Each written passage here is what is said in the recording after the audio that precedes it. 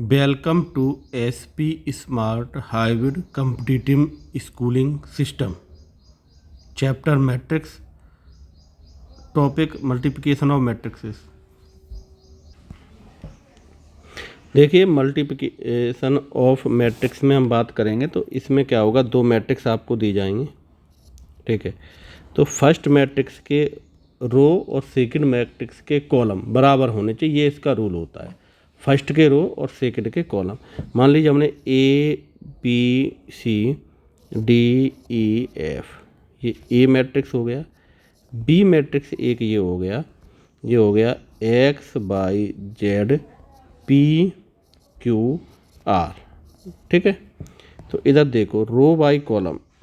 रो इसमें कितनी है 2, कॉलम है 3। इसमें रो कितनी है 3, कॉलम है 2। ठीक है, तो जब प्रोडक्ट होता है तो प्रोडक्ट किससे होता है, रो बाई कॉलम से होता है। ठीक है, तो यहाँ पे आपको रो बाई कॉलम में बात करेंगे AB, तो ये आपका हो गया ABCDEF।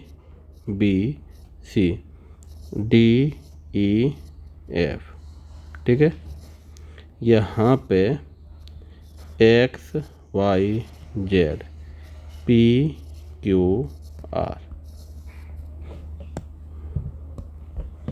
ठीक है, रो बाई कॉलम से जब प्रोडक्ट होगा तो देखो रो ये रही, कॉलम ये रहा, यही है।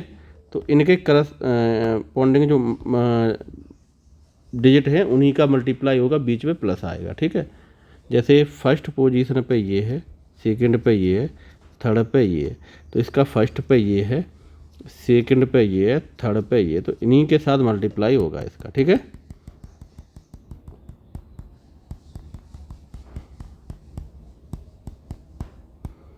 तो रो बाई कॉलम से मल्टीप्लाई हुआ तो AB, तो इसका आ गया AX plus BY plus CZ, और AP plus BQ plus CR, नीचे का DX प्लस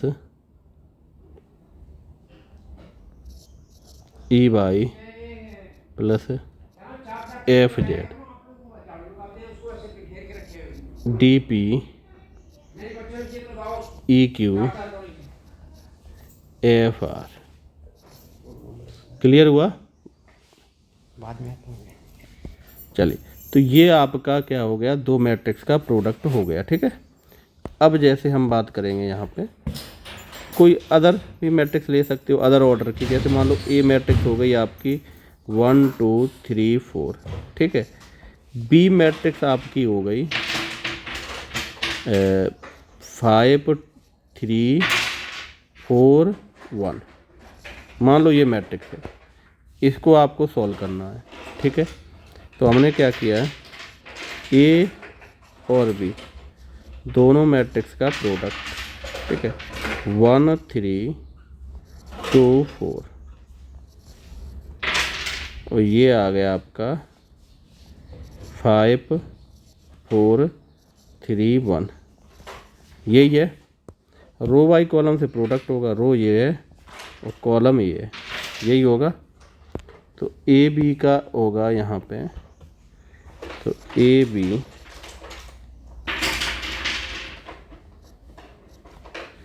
तो 1 into 5 plus 2 into 4, 1 into 3 plus 2 into 1, 3 into 5 plus 4 into 4, 3 into 3 plus 4 into 1। ठीक है, अब इनका जो मल्टीप्लाई होगा आपका, तो ए बी ये आपका आ जाएगा 5 प्लस 8, 15 प्लस 16, 3 प्लस 2, 9 प्लस 4। अगर आप इनको सम कर दोगे 13 31 5 और 30, ये आपका हो गया। क्लियर हुआ? ठीक है, इसी तरह से आपका निकल आएगा। ठीक है, अब देखो इसमें एक और रूल रहता है, प्रॉपर्टी ही आएंगी कि आपका जैसे मान लो इसी क्वेश्चन में हमने क्या कर लिया, हमने बी ए भी निकाला। ठीक है, बी ए भी इसी क्वेश्चन निकाला, तो 5 4 3 1, दूसरा इधर आ गया 1 3 2 4। ठीक है, तो जब ये करोगे आप, रो बाई कॉलम से होता है, B A row by column यानी 5 × 1, पहली रो दूसरा कॉलम। ठीक है, फर्स्ट रो ये रही, दूसरा कॉलम ये रहा, तो इनका product 5 × 1 + 3 × 3, row by column 5 × 2 + 3 × 3 × 4, row by column 4 × 1 + 1 × 3, row by column 4 × 2 + 1 × 4। ठीक है, बी ए, तो ये आ जाएगा 5 + 9 4 + 3 10 + 12 8 + 4, ये आपका निकल के आ गया 14 7 22 और 12। क्लियर। अब देखो यहाँ से क्या है, यहाँ से अगर आप बात करोगे, ए भी आपको यहाँ पे आ गया है और बी ए आपको यहाँ पे आ गया है। ठीक है, यही है, सीधी सीधी बात है कि ये दोनों जो हैं वो बराबर नहीं है, तो आपकी एक प्रॉपर्टी ये बनती है A B not equal to B A. ये बराबर कभी हो भी सकते हैं, पर ये ज़रूरी नहीं है कि हमेशा बराबर रहें। ठीक है, तो कोई प्रॉपर्टी नहीं, कुछ ऐसा मैट्रिक्स आ गया कि बराबर हो गए वो बात अलग है, बाकी ये बराबर इक्वल नहीं होते, ये इक्वल नहीं होते। क्लियर हो गया। चलिए, तो इसमें ये हो गया, एक प्रॉपर्टी ये आएगी अगर तीन का प्रोडक्ट हो रहा है, मान लो ए बी सी तीन मैट्रिक्स हैं, तो ऐसा हो सकता है कि पहले ए बी का प्रोडक्ट कर लो उसके बाद सी का करो, या पहले ए को छोड़ दे बी सी का कर लो, पर रिजल्ट सब में सेम आएगा।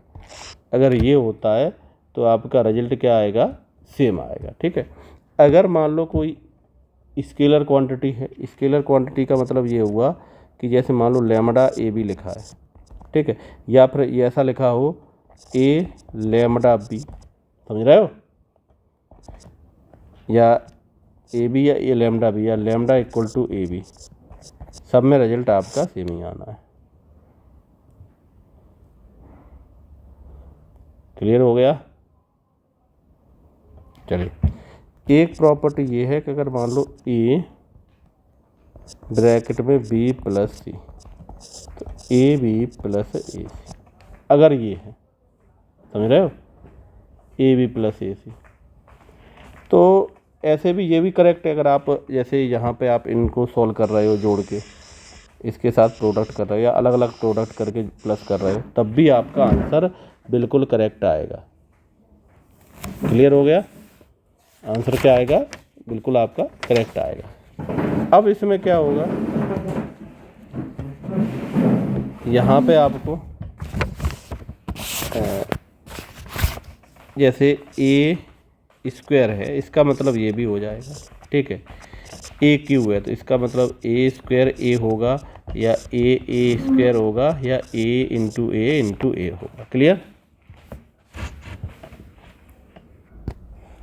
चलिए, अब देखो यहाँ पे मैं क्वेश्चन पे आ जाते हैं। ये क्वेश्चन है, इसमें आपको x की वैल्यू निकालना है। ठीक है, और बोला है इक्वल टू का आइडेंटिटी मैट्रिक्स के है। ठीक है, तो आइडेंटिटी मैट्रिक्स का मतलब यूनिट मैट्रिक्स ही होता है। इसका मीनिंग ये होगा कि अगर आपको ये है तो आप इसको इधर लिख सकते हैं 1 0 0 0 1 0 0 0 1, यही तो हुआ।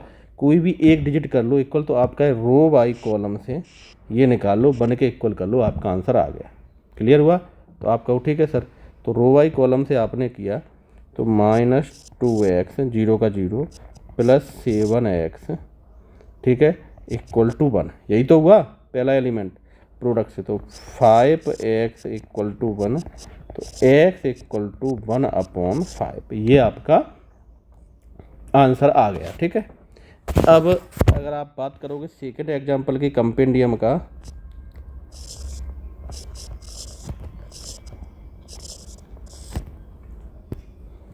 कंपेंडियम का 8 एग्जाम्पल की बात करेंगे।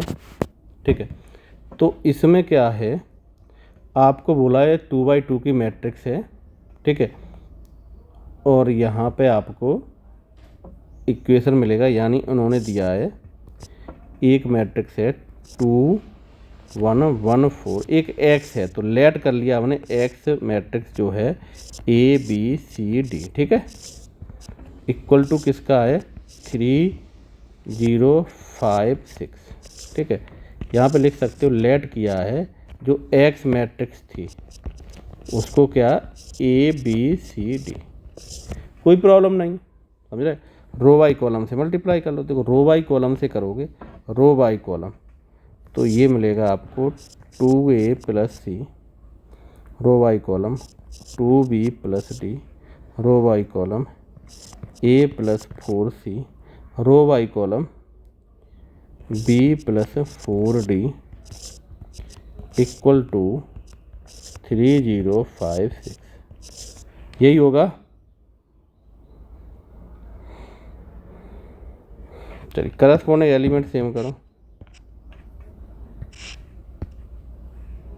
तो देखो A + C equal to 3, A + 4C equal to 0, तो यानी A की वैल्यू -4C, इधर पुट कर लो A की वैल्यू 2A की value -4C + C equal to 3, यानी -8 + C equal to 3 -7C, C की वैल्यू आपकी आ गई -3/7, और A की वैल्यू तो -4 -3/7, यानी A की वैल्यू मिल गई आपको 12/7। क्लियर हुआ। अब हम आ जाते हैं इधर 2B + D equal to 5।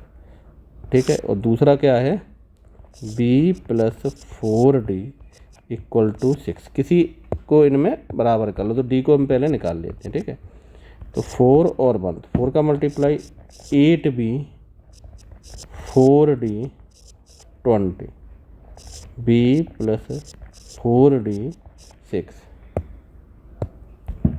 Minus minus minus, यही है, ये आपका कैंसिल हो गया। ये 7B equal to 14, B equal to 14/7, B equal to 2 आ गया। क्लियर हुआ B की वैल्यू 2। अब B की वैल्यू किसी में पुट कर लो, put B equal to 2 in 2B + equal to 5, तो 2 × 2 + D 5, D equal to 5 - 4, D equal to 1। ठीक है, तो अब आपकी जो एक्स मैट्रिक्स थी वो आपकी क्या आ गई, यहाँ पे ABCD था, ये आपकी बन गई आपकी 12/7 2 -3/7 और 1। क्लियर हुआ।